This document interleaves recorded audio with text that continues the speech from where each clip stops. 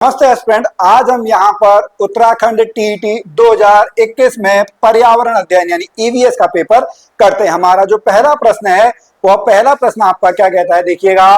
Largest ecosystem of the world is, संसार का सबसे बड़ा पारिस्थितिकी तंत्र कौन सा है? जंगल है, घास का मैदान, झील या ओशियन? तो यहाँ पर बिल्कुल आपको सही पता लगा।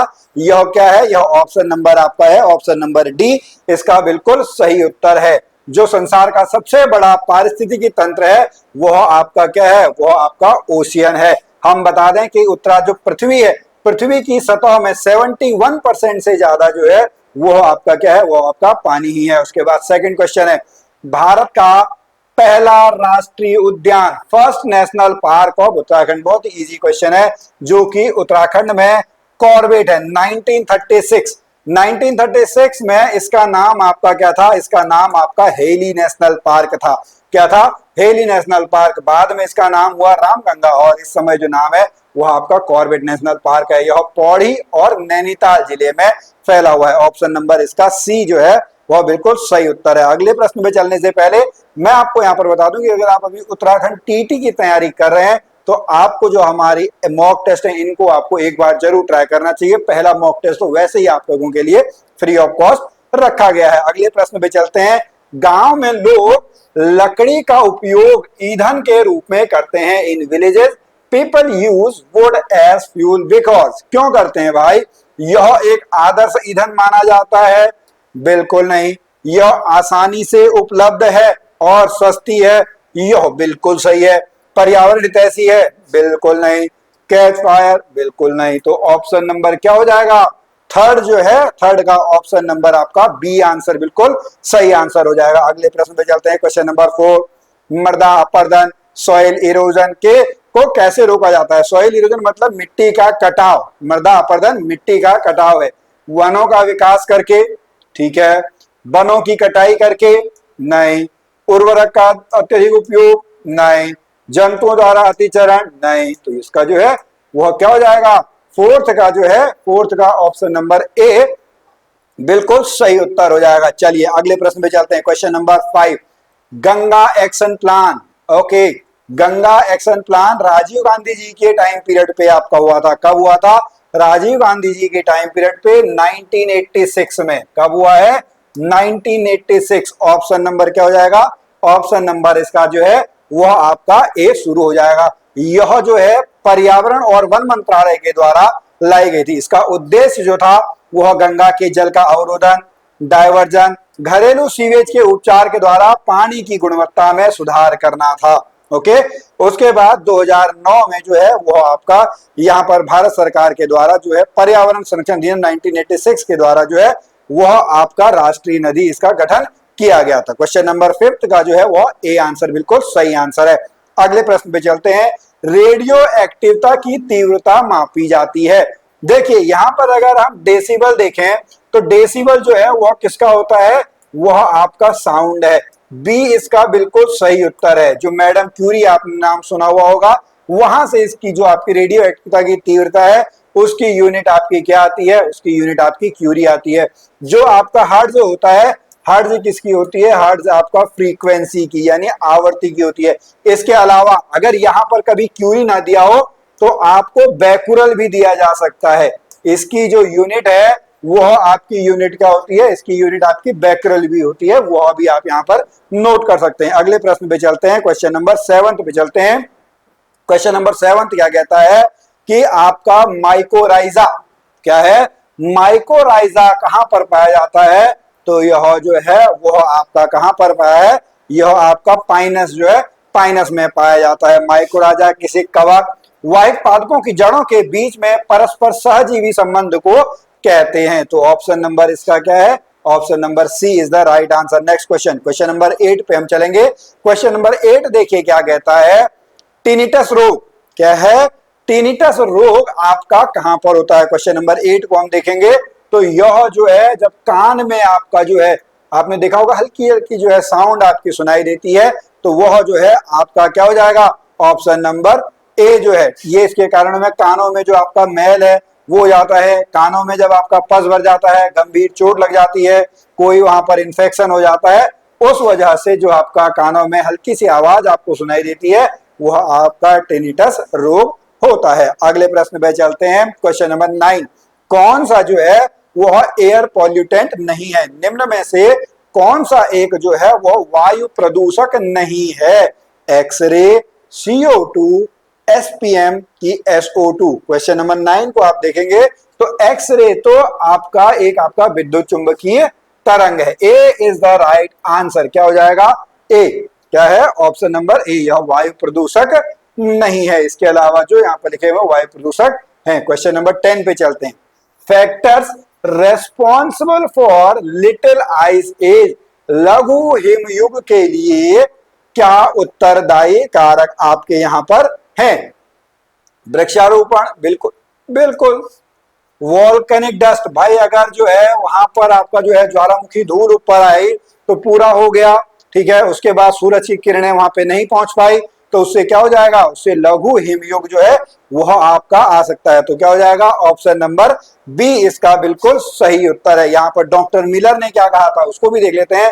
डॉक्टर मिलर ने कहा था, यह पहली बार है कि किसी ने स्पष्ट रूप से ठंड के समय की विशिष्ट शुरुआत को लिटिल आइस एज नाम से शुरुआत के रूप में पहचाना है। 10 का जो है वो आपका क्या है? बी आंसर बिल्कुल सही आंसर है। अब 11th क्वेश्चन को आप देखेंगे। रहीम एक तालाब बनाकर पानी भरकर उसमें मछलियां डालता है, लेकिन तालाब में मछलियां जीवित नहीं रह पाती हैं। भाई मछलियां कैसे जीवित रहती हैं? जो पानी में ऑक्सीजन होता है, अपने गिल्स के द्वारा, अपने गलफड़ों के द्वारा वो उस पानी में से ऑक्सीजन लेती हैं। भाई क्यों जीवित नहीं रहेंगी? क्योंकि उस पानी में जो आपका डिसॉल्व ऑक्सीजन है वहां पर वह शायद नहीं होगा, इसीलिए वह जो है मछलियां जो हैं वह आपकी वहां पर जो है वह जीवित नहीं रह पाती हैं। ऑप्शन नंबर क्या हो जाएगा? ऑप्शन नंबर बी इसका सही उत्तर हो जाएगा। अगले प्रश्न पे चलते हैं। Question number 12। सुरेश ने खेत में मटर बोने के बाद उसी खेत में बिना खाद का प्रयोग करके गेहूं का ज्यादा उत्पादन प्राप्त किया है। कैसे किया है? क्वेश्चन नंबर 12 को आप देखेंगे।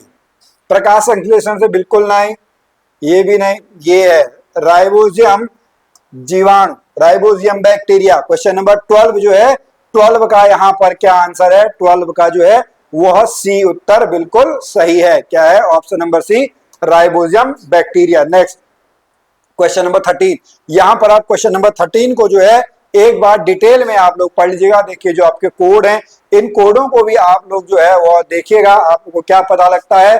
तो यहां पर अगर हम देखेंगे, आपका जो पहला है मृदा भोजन लकड़ी का मुख्य आधार है, बिल्कुल है जी। मृदा एक प्रमुख संसाधन है, बिल्कुल है जी। सभी समुदायों की संस्कृतियां मृदा पर आधारित होती हैं, यह बिल्कुल कोई सही नहीं है। तो 13 का यहां पर हम देखेंगे, 13 का जो है वह ए आंसर सही है। 1 और 2 क्या है? 1 और 2 जो है वह सही है, तीसरा सही हो यह कोई यहां पर जरूरी नहीं है। अगले प्रश्न में चलते हैं। Question number 14। पृथ्वी के क्रस्ट का सबसे प्रमुख भाग कौन सा है? ओके, एल्यूमिनियम, लोहा, ऑक्सीजन। तो क्वेश्चन नंबर 14 का जो है 14 का यहाँ पर सी आंसर है। जो क्रस्ट है उसका जो प्रमुख तत्व है वह आपका क्या है? वह आपका ऑक्सीजन है। क्या है? ऑक्सीजन है। ओके, ये आपको यहाँ पर याद करना है। क्रस्ट जो है पृथ्वी का सबसे ऊपरी भाग होता है, जिसको भूप्रॉपर्टी भी हम कहते हैं। 15th पे चलेंगे। 15th क्वेश्चन क्या कहता है? भारत में निम्न में से किस प्रकार का वनावरण forest cover, which of the following types of forest cover the largest area in? तो देखेंगे उष्णकटिबंधीय, इसका है ट्रॉपिकल मॉइस्ट पर्णपाती वन। ऑप्शन नंबर क्या हो जाएगा? 15 का जो है 15 का ऑप्शन नंबर क्या है? ऑप्शन नंबर बिल्कुल सी उत्तर जो है सही है। ओके, यहां पर इसको आप एक बार जो है इसका एक्सप्लेनेशन पढ़ लेंगे। नेक्स्ट 16 क्वेश्चन पे चलते हैं। एक प्रजाति के हमेशा के लिए विलुप्त होने की प्रक्रिया का पहला चरण क्या है? जैसे हमने डायनासोर के बारे में आपका सुना हुआ होगा। ओके, तो सबसे पहले जो लोकल एक एरिया में है वहां से वो गायब आपका हो जाते हैं। ऑप्शन नंबर इसका भी जो है 16 का भी जो है वह आपका सी उत्तर सही है। एक प्रजाति के लिए हमेशा के लिए विलुप्त होने की प्रक्रिया का पहला चरण स्थानीय विलोपन होता है। स्थानीय विलोपन जिसे विलुप्त होने की रूप में भी जाना जाता है। ऑप्शन नंबर क्या हो जाएगा 16 का जो है 16 का सी आंसर बिल्कुल सही आंसर है। अगले प्रश्न पे चलते हैं, क्वेश्चन नंबर 17। क्वेश्चन नंबर 17 क्या कहता है आपका, which of the following statement is true with regards to water on the global scale. Okay, water के केस में, ठीक है। ओके, पानी का पुनः उपयोग हम कर सकते हैं, इसका सी है। देखिए हमारे अगर हम पूरे उस पर देखेंगे, पूरी धरती पर मैंने आपको बताया 71% जो है वह पानी है, लेकिन फिर भी इसकी कमी है। कहते हैं कि अगला जो विश्व युद्ध होने वाला है वह पानी के लिए आपका होगा। 17 का क्या है, 17 का यहाँ पर आपका जो है वह सी प्रतिशत, सी बिल्कुल सही है। 71% पर क्या है, 71% पर आपका पानी है, और उसमें से पीने योग्य कितना है, पीने योग्य केवल 3% है, जिसमें से 2.4% जो है वो ग्लेशियर से आपका मिलता है। क्वेश्चन नंबर 18 पे चलेंगे। क्वेश्चन नंबर 18 क्या कहता है कि कौन सा ईंधन न्यूनतम पर्यावरणीय प्रदूषण, मिनिमम इन्वायरमेंटल पॉल्यूशन को जिम्मेदार है। ओके, डीजल, कोयला, केरोसिन, हाइड्रोजन। इसका भी क्या सही उत्तर है, इसका जो है ऑप्शन नंबर सी बिल्कुल सही उत्तर है। जो हाइड्रोजन है, हाइड्रोजन फ्यूल जो है वह सबसे कम आपका पॉल्यूशन पैदा करता है। 19th क्वेश्चन पे चलने से पहले मैं फिर से एक बार आपको यहाँ पर रिमाइंड करवा दूं कि अगर आप यहाँ पर 90 नंबर लाना चाहते हैं, 90 से 100 नंबर लाना चाहते हैं, तो आपको हमारी ऐप के मॉक टेस्ट को जरूर ट्राई कर लेना चाहिए। अगले प्रश्न पे चलते हैं 19। देखिए दो प्रकार के घटक होते हैं, biotic, abiotic. Which one of the following is an abiotic component of the ecosystem. कौन सा पारिस्थितिकी का अजैविक जो जीवित नहीं है। भाई जो बैक्टीरिया होता है वह तो दोनों कैटेगरी में आता है, लेकिन यहां पर हम बात करेंगे जो आपका ह्यूमस, मिट्टी से। ओके, तो इसका सी जो है, सी उत्तर बिल्कुल सही उत्तर है। 19th का जो है वह सी उत्तर है। ह्यूमस जो है वह पारिस्थितिकी का अजैविक घटक है। ऐसे निर्जीव पदार्थ जो जीवों को किसी न किसी रूप में प्रभावित करते हैं अजैविक घटक कहलाते हैं। मृदा, हवा, जल, कार्बनिक पदार्थ, अकार्बनिक पदार्थ। Option number C is the right answer. Next question number 20। जो अल्ट्रा वायलेट रेज आपकी हैं अत्यधिक प्रभावित हो जाता है तो स्किन से रिलेटेड बीमारी आपकी, ओ यहां पर आपके देखिए बहुत बढ़िया ऑप्शन आप लोगों को दे दिए गए हैं। ठीक है जी, देखिए एक तो नहीं, अंदर कुछ नहीं होता है, बाहरी तौर पर। ठीक है, एक तो इम्यून सिस्टम कम होगा और एक त्वचा का कैंसर होगा। ऑप्शन नंबर जो है नहीं, 1 और 3 कहां पे है, ये सी क्या हो जाएगा, 1 भी सही है और 3 भी सही है, तो ऑप्शन नंबर क्या हो जाएगा, ऑप्शन नंबर सी जो है इसका सही उत्तर हो जाएगा। क्वेश्चन नंबर 20 का जो है 20 का आपका क्या हो जाएगा, 20 का ऑप्शन नंबर सी जो है वह बिल्कुल सही उत्तर हो जाएगा। चलते हैं हमारे 21वें प्रश्न पे। 21वां प्रश्न तो बहुत सिंपल सा प्रश्न है, फ्लोराइड, दांत, पूरा भी नहीं पढ़ना है आपको। ओके, फ्लोराइड जो है वह दांत का है, ऑप्शन नंबर ए। ठीक है जी, चलिए अगले प्रश्न पे चलते हैं। क्वेश्चन नंबर 22, यह भी बहुत सिंपल सा प्रश्न है।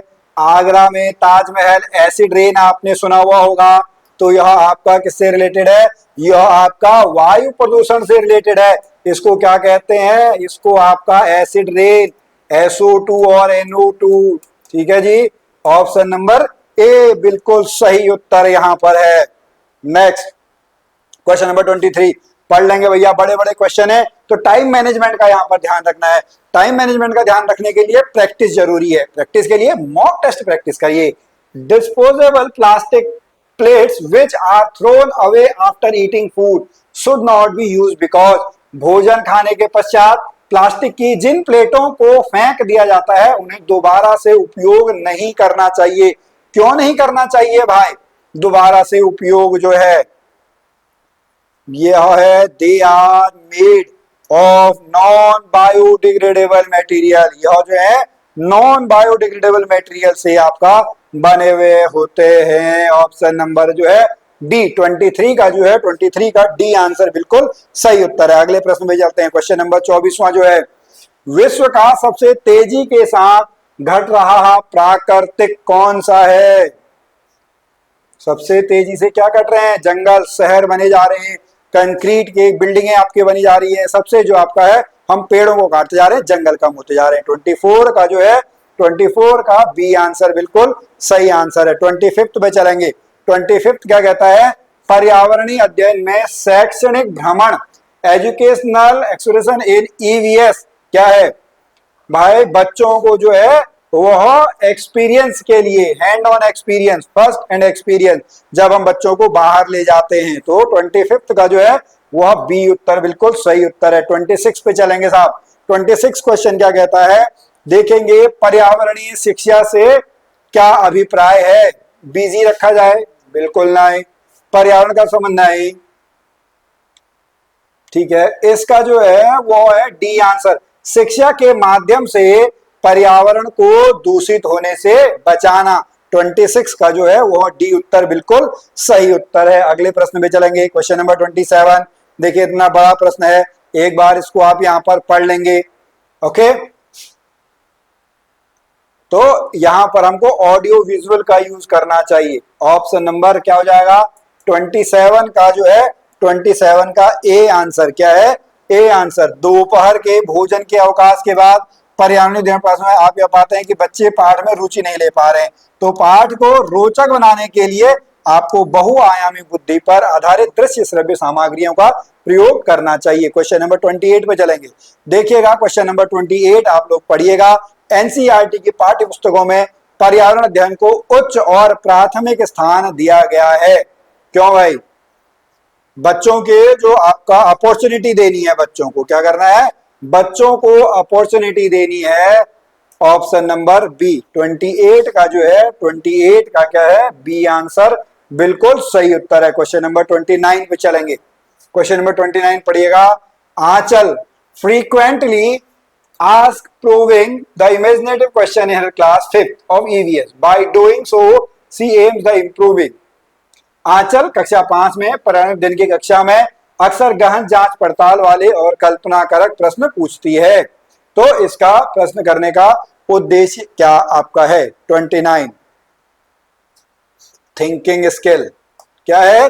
थिंकिंग स्किल में सुधार करना है। क्या हो जाएगा? 29 का जो है 29 का सी उत्तर जो है बिल्कुल सही उत्तर यहां पर है। और लास्ट क्वेश्चन हम लोग देखिए यहां पर देखते हैं। लास्ट क्वेश्चन क्या कहता है? एक शिक्षक प्रत्येक बच्चे को अपने घरों की रद्दी सामग्री से कुछ उपयोगी वस्तु बनाने को कहता है। बताएंगे? तो कक्षा के श्रेष्ठ विद्यार्थी, अभिप्राय नहीं है, श्रेष्ठ व्यक्ति में निर्माण करना। Option number A. Question number 30 जो है 30 का क्या है? 30 का ए आंसर बिल्कुल सही उत्तर है। तो यहां पर हमने जो है ईवीएस 2021 का जो पेपर है वो हमने यहाँ पे कर लिया है। आप पढ़ते रहें, मेहनत करते रहें। कोई भी आपको यहाँ पर प्रॉब्लम होती है तो निश्चित तौर पर आप हमसे संपर्क कर सकते हैं।